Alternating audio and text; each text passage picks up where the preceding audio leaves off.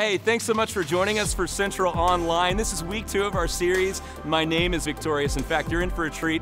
Our incredible senior pastor's wife, Lori Wilhite, will be bringing the message today, and she wrote an amazing book called My Name is Victorious, which you can find at leadingandlovingit.com, and you can follow along through the series. Watching online is amazing, but it's even better in person. So if you live near one of our physical locations, I want to encourage you to go to our website, centralonline.tv. There you can find a location near you, and next week and across all of our locations, we're kicking off First Step, which is a 1-hour experience where you can make some new friends, eat some free food, and learn just a little bit more about God and Central. So I want to encourage you to go to our website, click on the location, and you can sign up for First Step right on that page. Also, if you have yet to hear our brand new Central Live album, Greater, it's available online. You can purchase a CD or a DVD. You can also stream it via our website, central.live. So check that out today. But for now, get ready to experience Central Online.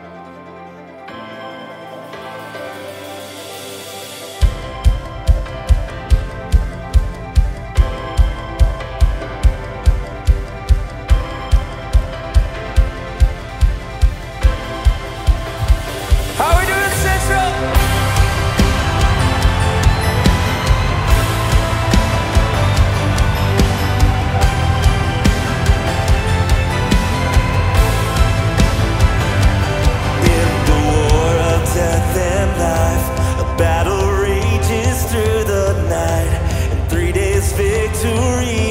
Yours by morning light. Beyond the smoke, beyond the haze, a flag of victory is raised. You charged the hill of Calvary and won the grave. Come on, every voice. Death now, where is your sting? Thanks be to God who gives us the victory.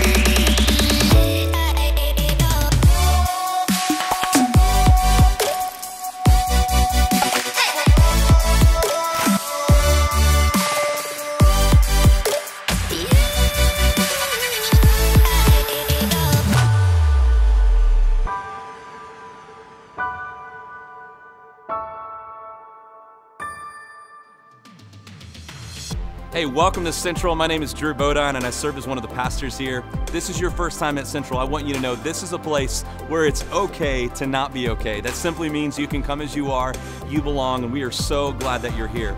Our experience is about an hour long, and right after, I want to encourage you to go to centralonline.tv/welcome, fill out the short form, and when you do, we have a free gift we want to send you in the mail this week. Hey, this weekend we're celebrating the life of Dr. Martin Luther King Jr. What an incredible man who stood up for racial equality in our country and teaching people to dream and believe in themselves. And so we're going to continue in our experience. We want to share a song with you that really, I think, represents his life so well of believing in what God created you to be.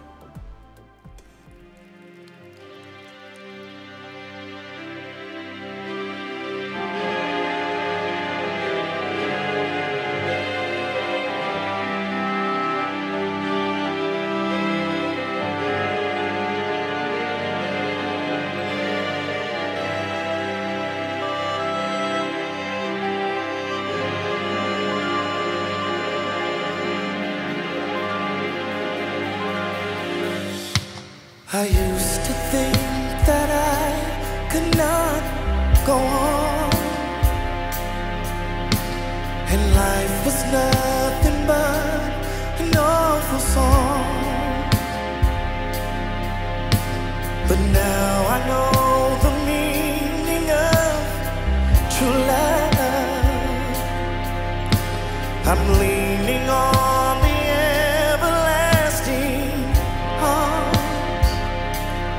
If I can see it, then I can do it. If I just believe it, there's nothing to it. I believe I can fly. I believe I can touch the sky. I think about it every night and day. Spread my wings and fly away. I believe I can soar. I see me running through that open door. I can fly. I can fly. I believe I can fly.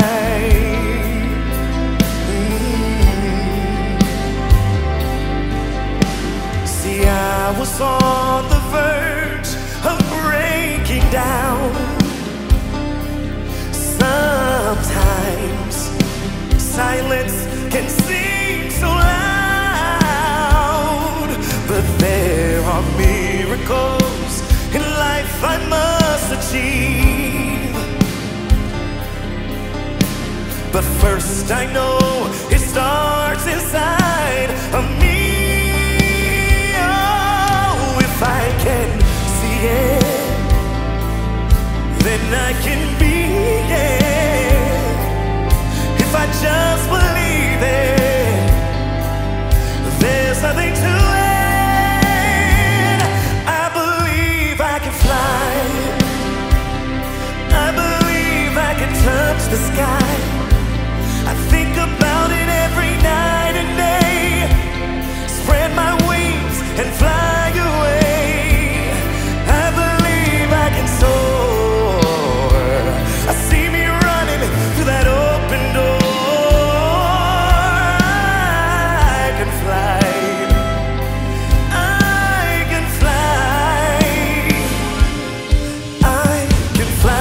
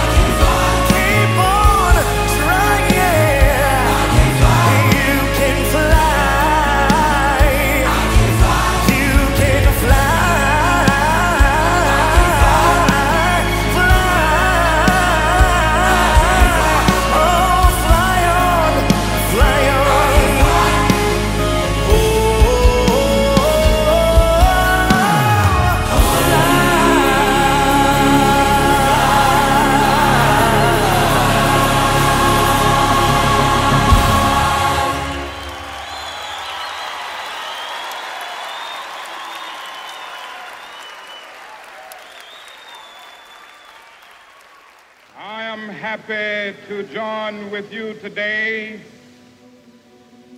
in what will go down in history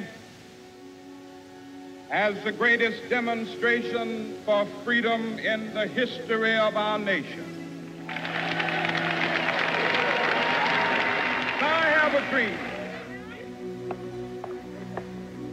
that my 4 little children will one day live in a nation where they will not be judged by the color of their skin, but by the content of their character. I have a dream today.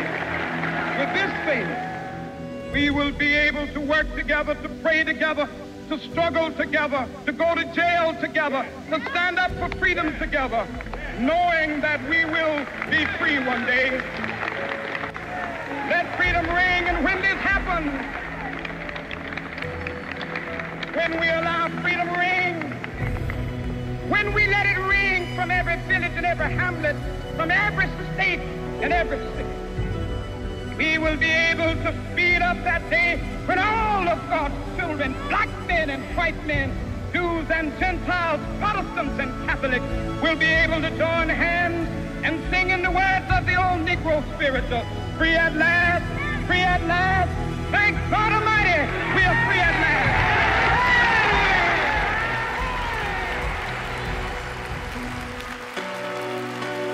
We are created by the hands of God, hands of God. With all these battles we are fighting, if we forgotten who we are, who we are, if we stand united, everyone around the world, brothers and sisters, we can bring each other hope. We will be sure if together we can love. We are not the same, but we are one. Yeah, I can build a bridge and burn it down. Yeah, I can save a life or let it drown. Yeah, what love abides, the hate will die. Yeah, answer prayers and silent cries. Tell me who's to blame. You call me out my name. We all lose and it ain't fair. Wide awake in this nightmare. This world's in a crisis. Bloodshed is never worth it. Every life is priceless. Every life is priceless. Ever cosplay free in the hate. Break bread, found peace today. Bow your head, let's say grace. Black and white, check a flag. You on first place in this rat race. Your race or the human race. Take a breath, feel your heartbeat. Break the chains, set free to ring. We live. I don't wanna fight no more. How about we end this war? Yeah, we die. Eye for an eye. Tell me one thing. How many more gotta die? We cry. Escape the pain. Can't erase the pain. And yesterday we rise. March to the beat of the drum. United we stand. We are one. If we stand united,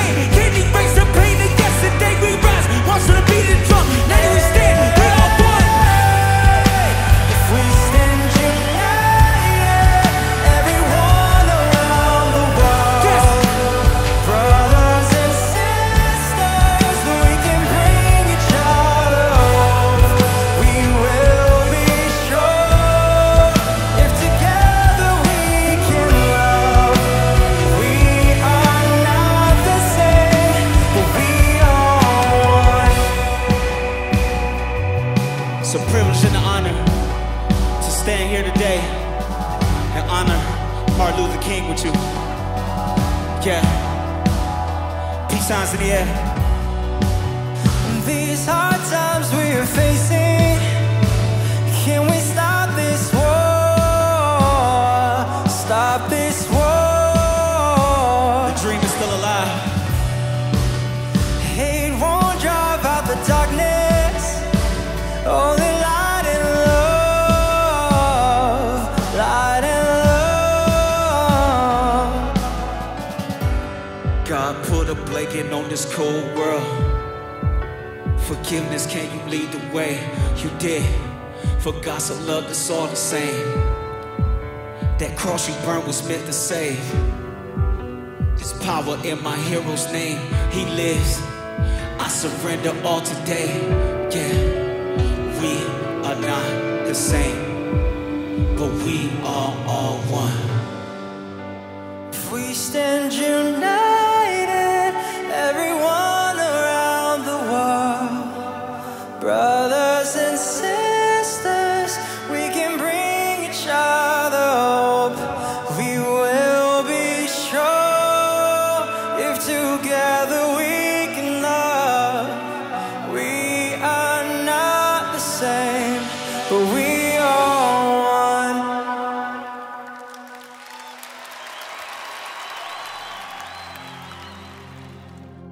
You know, that song is a song that's off of our brand new Central Live album called We Are All One, and was really inspired by the great Dr. Martin Luther King Jr. One of my favorite quotes by Dr. Martin Luther King Jr. is, "Darkness cannot drive out the darkness, only light can do that. And hate cannot drive out hate, only love can do that." And we here at Central are all about showing love to others, about expanding the gospel around the world so that more people would come to understand and know who Jesus is. And we just believe that wouldn't be possible without the generosity of the people of Central. And we've come to a time in our experience where we have the privilege and opportunity to give back to God financially just a portion of what He's blessed us with our tithes and our offerings. And I want you to know that every dollar you give here helps to go rescue people so that more people can experience a second chance.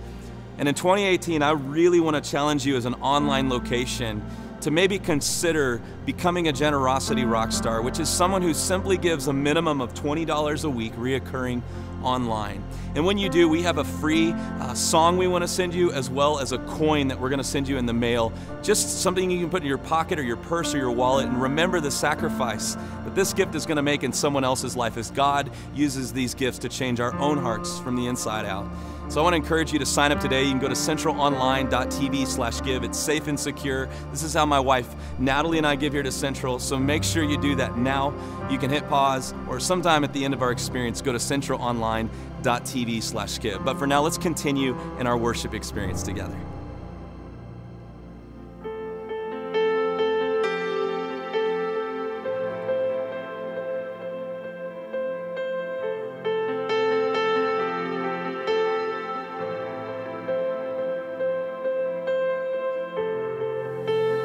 Lost and weary soul, down a road of emptiness, I wandered on my own.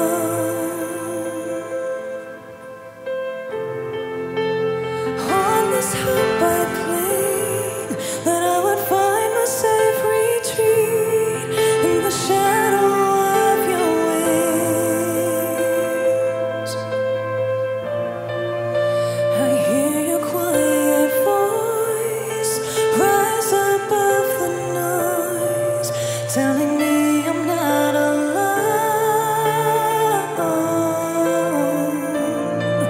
You've been waiting all along, standing here with open arms, saying welcome home.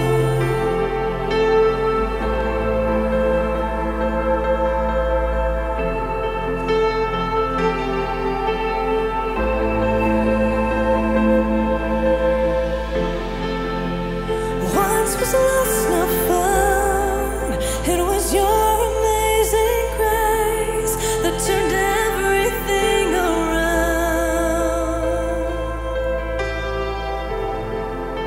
My world was black and white, then you came rushing in, coloring my life.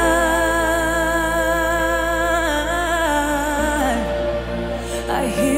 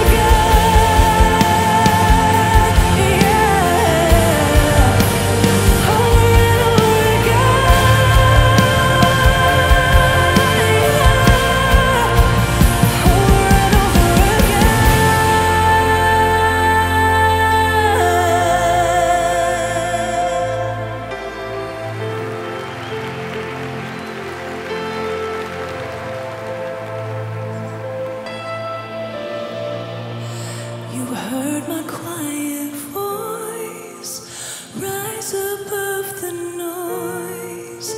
I know I'm not alone.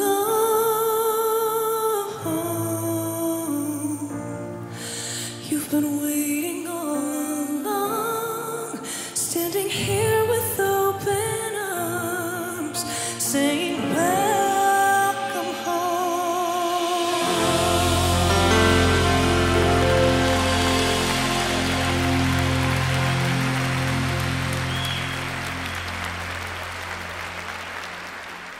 Tonight we are victorious, champagne pouring over us. All my friends were glorious. You know, I was just thinking, do you feel like champagne pouring all over us is a little like too intense for church? Maybe like locker room, Super Bowl, you just won the game, I get it, but maybe not in church, a little inappropriate. We could switch it up and just do sparkling cider. Cider? Like Martinelli's cider, like the stuff you celebrate with at Thanksgiving, Christmas, New Year's and Yeah, stuff? you give them to kids at New Year's. I always got a couple bottles on me. You never know when you need a Oh, celebration. really? Yeah. Well, me too, man. No way. Yeah. All right, let's do this again. Come on. Tonight we are victorious, cider pouring over us. All my friends were glorious. Tonight we are victorious.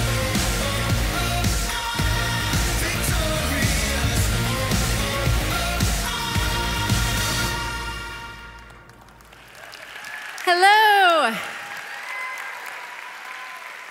It's so good to see you. Hi, I'm Lori Wilhite. I happen to be married to Judd, and I am so excited to be joining you here. We want to say a special welcome to all of our locations, including those of you who are joining us with our partnership with God Behind Bars. Welcome. We're so glad you're here with us this weekend. A few months ago, I was speaking at a conference. And anytime I'm speaking at a conference, I spend quite a bit of time trying to pick out just the right outfit. And so I had my friends come over and raid my closet to make sure I looked really good at my conference.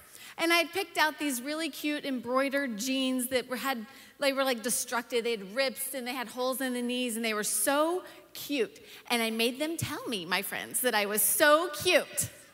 And I was feeling really good about myself, and I went to my conference.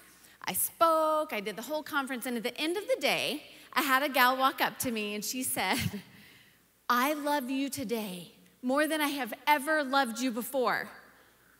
And I was like, that is awesome. But before I could like pat myself on the back because I had said something like really inspiring or I had hosted a great conference, she said, "It's your knees." And I thought, okay, that's weird, but I was like, you're right, my jeans are so cute and they have these cute holes. And she goes, yeah, and your knees are so fat, just like mine.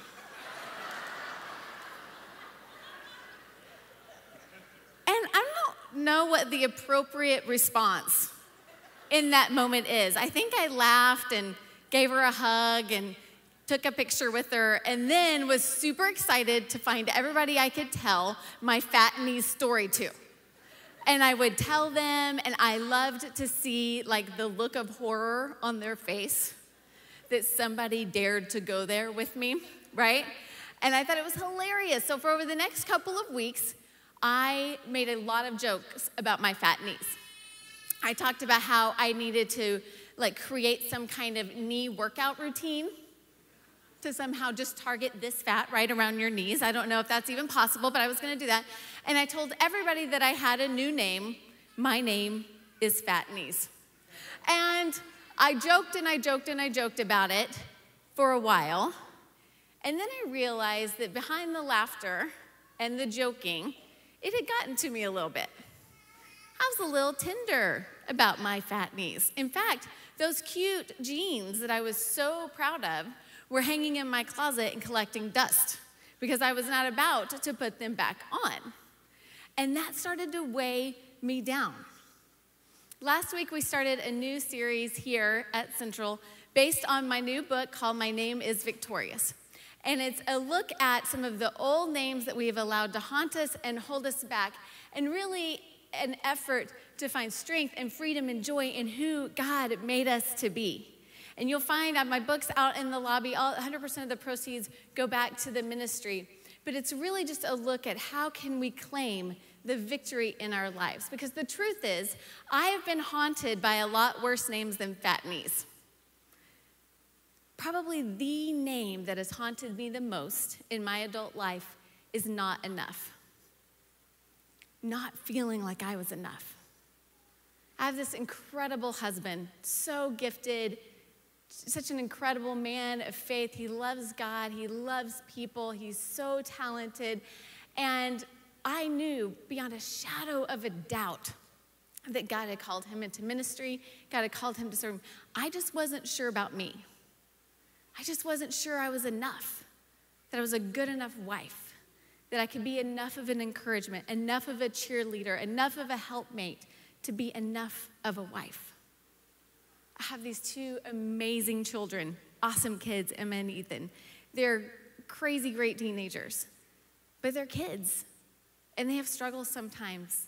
They struggle with school, or drama with friends, or insecurities, and I wonder sometimes, am I enough of a mom? Can I be enough of who they need me to be?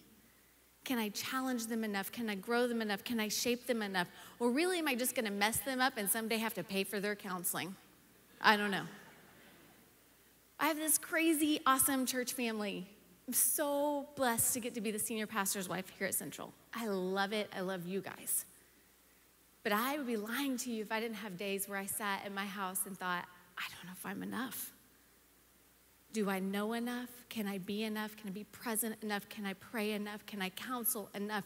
Can I be enough of the pastor's wife our church family needs? I don't know. Not enough has haunted me and has weighed so heavily on me for years and has robbed me of the name Victorious. I was in Temecula, California this summer. We were driving around and we came across this field and it had these longhorn cattle in it. Now, I am from Texas. I have seen a lot of cows, but I'd never seen anything like these. They had these huge horns. And when they walked with their heads low and to the side like this, and they would drag their horns on the ground. And I thought something was wrong with them. I asked the local guy that we were with, I said, are those longhorns sick? What is wrong with them? And he said, no, their horns are so heavy that they have gotten to where they cannot lift their heads and they are forced to walk with their heads down. And eventually they will be so heavy that they won't be able to lift their heads or walk at all. And as soon as he said it, I thought, that has been me. That is the posture that I have walked with for years, walking with my head down. Weighted down by the old names that I've carried along. And that is why I love this beautiful verse in Leviticus. It's in chapter 26, verse 13. And when we get to the red words, read them with me. But it says, I am the Lord your God. I broke the yoke of slavery around your neck so you can walk with your heads held high. Jesus broke the yoke of slavery around our necks so that we can walk with our heads held high. He broke the chains of our past. He broke the slavery to our mistakes so that we could walk with our heads held high. But why is it then that so often we still walk with our heads low? That's why it says in Galatians 5:1, it says, it is for what? For freedom that Christ has set us free. It's for freedom that Christ has set us free. Stand firm then, and do not let yourselves be burdened again by the yoke of slavery. Jesus did not come and live a perfect life and die a sacrificial death and get nails pierced his hands and a sword piercing his side and thorns piercing his brow, 3 days dead, raised back to life so that we could continue to live in the burden of slavery. It says for freedom we've been set free. It's for freedom that we've been set free. So it's time for us to learn to walk with our heads held high. So the question is, how do we do that? Well, here's the first thing. If we want to learn to walk with our heads held high, the first thing we've got to do is stop comparing. We've got to stop comparing. How many of you love games? You love to play games? I like to play games too. Judd hates games. He's not into them. But I like to play games mostly because I like to win games, right? Nobody plays games to lose. I enjoy winning. I'm a little competitive, not so competitive that I'm like a mean loser, but I like to win.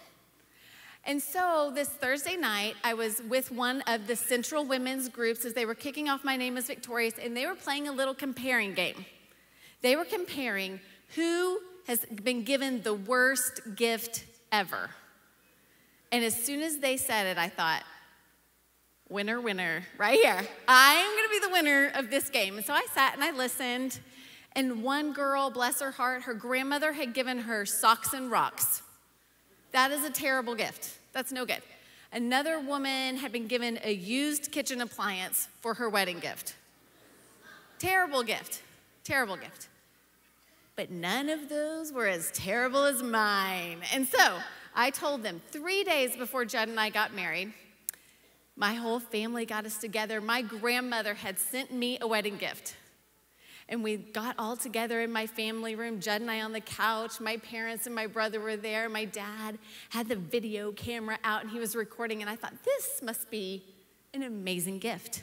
My family is like giddy with excitement for me to open this gift. So I ripped that beautiful shiny ribbon. I tore the paper. I opened the box to find that my grandmother had sent me a seafoam green see-through negligee that she wore on her wedding night.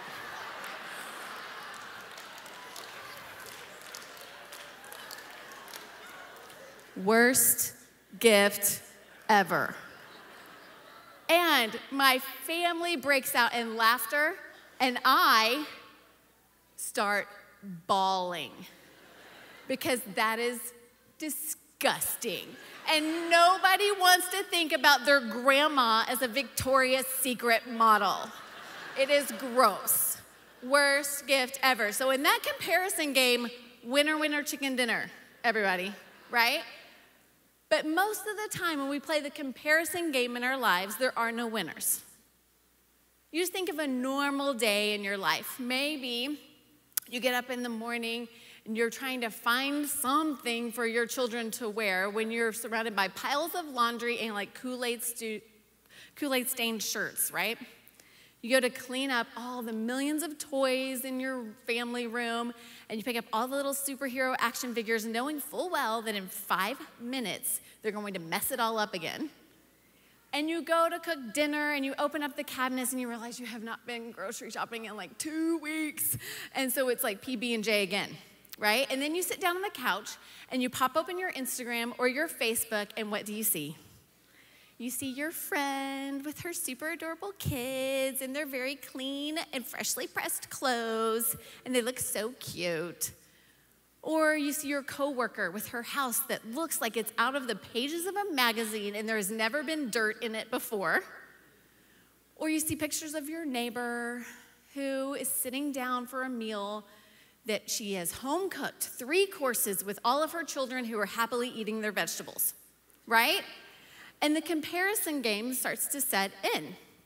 And there are no winners when it comes to comparison, because if we aren't careful, we let comparison, which is this like internal measuring tape that we keep in our back pocket, and we use it to measure our deficiencies against the highlight reels of everybody else's lives. And we pull it out to measure our successes against the weaknesses of somebody else, and then maybe we'll fly high. But neither of those things is the way God wants us to live. Because instead of looking at everything that God has made each of us to be, we get laser focused on the achievements and the talents of somebody else. And we start to hate ourselves and feel like we're lacking and feel like we aren't enough. Galatians 6:4-5 says this. It says, make a careful exploration of who you are and the work you have been given, and then sink yourself into that. Don't be impressed with yourself, and don't what? Compare yourself with others. Don't compare yourself with others. Each of you must take responsibility for doing the creative best you can with your own life. Our responsibility isn't to measure up to all of the people around us. It isn't to have immaculate clothing all the time. It isn't to have a perfect house, clean and pristine all the time. It isn't to have the perfect meals to get on every Facebook page. Our responsibility is to do the creative best with our own lives. Do you like to sing? No, you may not be Beyonce. But don't let that not enough stop you from doing the creative best with your own life. Maybe you can lead worship in one of our kids' environments. Maybe you like to take pictures, but you are no Ansel Adams. Do not let the not enough stop you from using that gift and that passion God has given you. Maybe you can be on the photography team at your campus or your location. Or maybe you know your way around your kitchen, but you are no Rachel Ray. That's okay. Use the gifts God's given you to bless somebody and make them dinner if they've been in the hospital. Because we're not responsible to be Beyonce or Ansel Adams or Rachel Ray. We're responsible to do our creative best with our own lives. That's it. The creative best with our own lives. And if we can do that and we can stop the comparison game, then we can walk with our heads held high. All right, the second thing that can help us walk with our heads held high is to see yourself how God sees you. To see yourself how God sees you. The last time I went to the eye doctor, she told me that within the year, I was gonna have to get reading glasses. And I thought, no, lady, no. I have not worn glasses in 30 years. I am not about to start wearing them now. I will let my sight slowly disintegrate, and 10 years from now, I will buy reading glasses. That's when I'll do it. I did not admit that I needed them when I started having to hold things really far and squint to see them. I did not admit that I needed them when I had to take my phone and put it on the biggest font available to see my text messages. I did not think she was right, even when I had to take my Kindle and put it on such a large text font that only one sentence per page is allowed to fit on there. But last week, I finally had to admit defeat when I was trying to cook something for dinner, and I could not read the instructions. And I had to get my 14-year-old son to come read to me. And he goes, "What is wrong with you?" I said, I think it's time. I think I'm gonna have to get reading glasses. I don't wanna get reading glasses. I feel like that makes me old. I don't wanna do it. And he goes, "I think you're gonna have to, or I can't follow you around all the time." I said, okay. So I hopped on Amazon, typed in reading glasses. There are about 1 million different kinds of reading glasses. So I looked through a few and then thought, okay, if I am going to buy reading glasses, I need to see a picture of someone wearing these reading glasses to know what I'm gonna look like. I need to know what I'm gonna look like. So I started clicking through the pictures, and then Amazon gave me this photo. Let me just tell you, when you are feeling every minute of your 40-something years, this is not the photo you want to see. This is a photo of reality. I don't want to see reality. I don't want to see that. I want to see a 20-year-old model in reading glasses and think that that's the way I'm going to look. Or even to be like age appropriate. Like, give me Cindy Crawford in reading glasses so that I can pretend that that is what I'm going to look like. And so often, we see ourselves through the lenses of other people. We see ourselves through the lenses of other people. It might be the bullies on the schoolyard. It might be some dysfunctional family members, a grumpy boss, or the ever-present, always negative inner critic that we have in ourselves. And we let that define who we are. But maybe it's time for a new pair of glasses. Maybe it's time that we put something on, not that I'll be able to see you, but we put something on and we get God's vision of who we are. We can see ourselves the way God sees us. And He has littered the pages of the Bible telling us what He thinks of us. So here's just a very few. But God says that you are chosen in Ephesians 1:4-5. He says that you are qualified. He says that you can do all things through Christ who strengthens you. God has equipped you and gifted you and purposed you for great things. The Bible says you are accepted God is preparing within you what he has prepared for you to do. You are forgiven. You are an overcomer. You are saved by his mercy. And it goes on and on and on. That is how we need to start seeing ourselves. We need to put on the lenses of faith so that we can see ourselves the way God sees us. Because if we can do that, if we can get a new focus, then we can start to walk with our heads held high.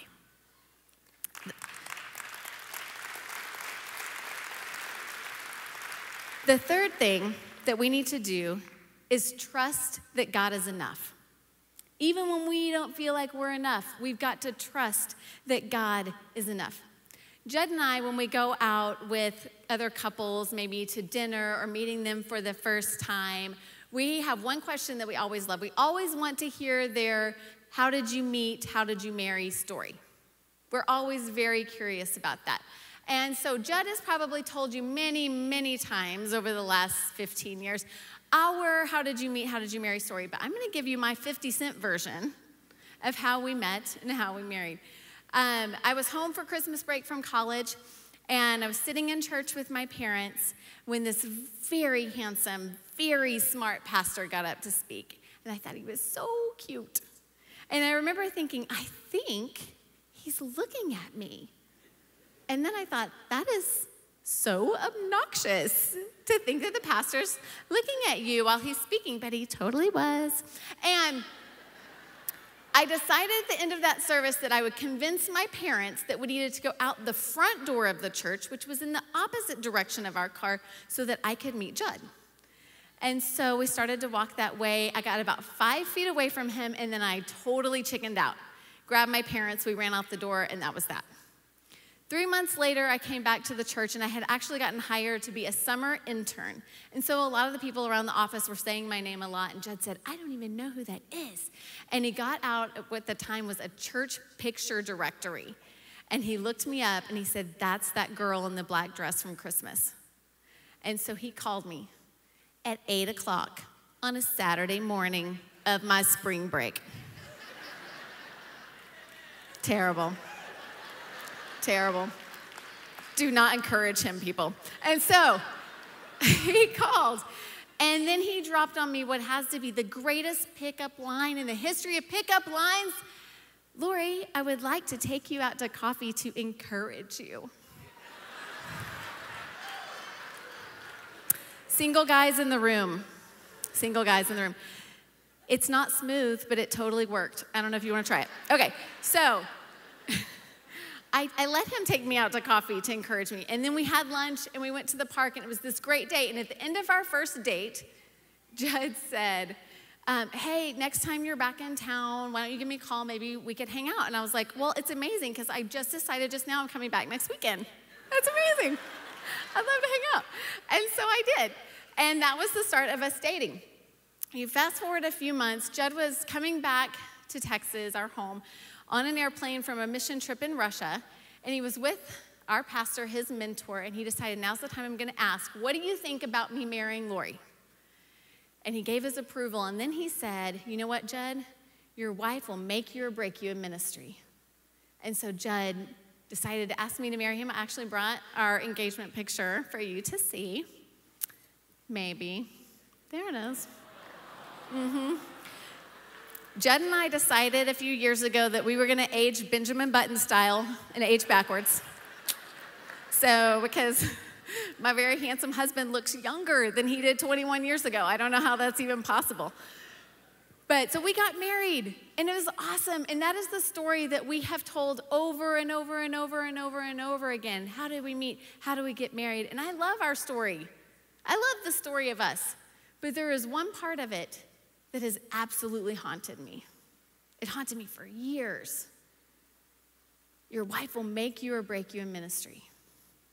I was 21 years old. I didn't know what I was doing. And the thought that I might break him and his ministry terrified me. It terrified me. So I started writing down this list of all my weaknesses, all my failures, all my shortcomings, because I felt if I was clear on what those were, then maybe, just maybe, I wouldn't break his ministry. So I carried those things around in a backpack, weighed a lot, full of insecurity, full of fear, full of not enough. And I know I'm not the only person that has carried around a backpack like that. People who have felt like we're not enough. That's why I'm so glad that God has told us the stories in the Bible that he has, because in Exodus 3, he shows us a leader that's just like me. He comes to Moses and he tells Moses in just a few verses, hey, Moses, you're going to lead my people out of slavery. You're going to give them the promised land. You are going to free my people. And Moses doesn't say, all right, God, I'm totally in. I'm down with it. Yes. He says, who am I? How can I lead? They won't believe me. I'm not a good speaker. Send somebody else. I'm not good enough. I'm not equipped. I'm not qualified. I'm not gifted. There are so many others better than me. And I get that. Don't you feel like that sometimes? But then God says, I am who I am. Say this to the people of Israel. I am has sent me to you. Here's Moses. He's so afraid to take even a single step because he feels like he's not enough. Dr. King has this amazing quote. It's one of my very, very favorites, and he says, faith is taking the first step even when you don't see the whole staircase.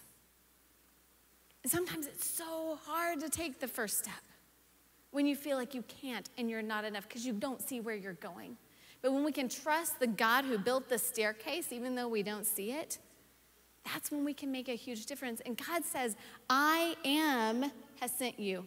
I am the one who is sovereign. I'm the one who's all-knowing. I'm the one who is all-powerful. I'm the one who is so much bigger than any teeny tiny little box you could put me in. You tell them, I am chose you. I am called you. I am sent you. I need those words sometimes. 10 years after we got married, I was standing in an airport in Miami with a friend of mine, and I was having like a Moses moment. Who am I? I'm not good enough. There's so many people who are better than me. I'm not sure if I can do this. And this sweet friend literally dropped her suitcases, grabbed me by the shoulders, and said, Lori, do you not believe God is sovereign? Do you think he doesn't know what he's doing? And I thought, this is the easiest church answer ever. Yeah. Yes, I believe God knows what he's doing. And she said, then do you not think that he knew who Judd needed to be as his wife? Do you not think he knew who Emma and Ethan needed as their mom? Do you not think he knew who Central needed as their pastor's wife? Do you not think that he knew your weaknesses, your failures, your shortcomings, and he chose you anyway? And I had to stop for a moment. Because that's not an easy answer. Do I really believe that? Do I really believe that I'm chosen, I'm qualified, that I'm enough? And I stood for a minute, I took a deep breath, and I said, yeah, I do. I do believe God is sovereign. So today I want to put my hands on your shoulders and I want to ask you the same question. Do you believe God is sovereign? Do you believe God knows what he's doing? Even though you feel like you're not equipped and you're not qualified and you're not gifted enough, do you believe that God chose you? Even though you worry that you might mess this whole parenting thing up or this whole family thing up, do you not think that God knew who your children needed as their parent or who your family needed in their lives? And even though you may struggle with the feeling like that you're just simply not enough, do you trust that God is sovereign? Do you believe that the great I am is more than enough even when we feel like we can't be? Because God is more than enough. It is for freedom that we've been set free. If we want to learn to walk with our heads held high, we just got to stop comparing ourselves to other people. We've got to stop that. We've got to start to see ourselves the way God sees us And we just got to trust that God is enough, even though we feel like we may not be. That way we can declare, my name is victorious. Let me pray for you. Jesus, I'm so thankful to you, God. I'm so thankful, Lord, for who you are. I'm so thankful that despite all of our weaknesses, God, our shortcomings, the many failures that we can see in ourselves, God, I'm so thankful that you chose us anyway. God, we trust that you know what you're doing. We trust that you're sovereign in our lives, and we commit to taking a step of faith even when we can't see the whole staircase in front of us, God. Lord, just help us to stop comparing ourselves to everyone around us and just take the responsibility for doing the creative best with the lives that you've given us, Lord. And help us to start to see in a new way. Help us to see ourselves the way you see us, God. Help us to see ourselves that way. Just bring us a new focus. Help us learn to walk with our heads held high. It's in your son's name. Amen. All right, we're going to hand it over to our campus pastors. Have a great weekend. Well, what an incredible message by Lori Wilhite. And if you didn't know about this already, she has an incredible ministry that really challenges and helps women all over the world. You can go to leadingandlovingit.com to learn a little bit more about what she does. In fact, right there on that website, you can purchase a copy of her brand new book called My Name is Victorious to go along with this series. So I want to encourage you to do that today. Hey, next week, and we're continuing in our series, Pastor Judd's going to bring in another amazing message. But between now and then, remember Romans chapter 8 says, if God is for us, who can be against us? Have a great week.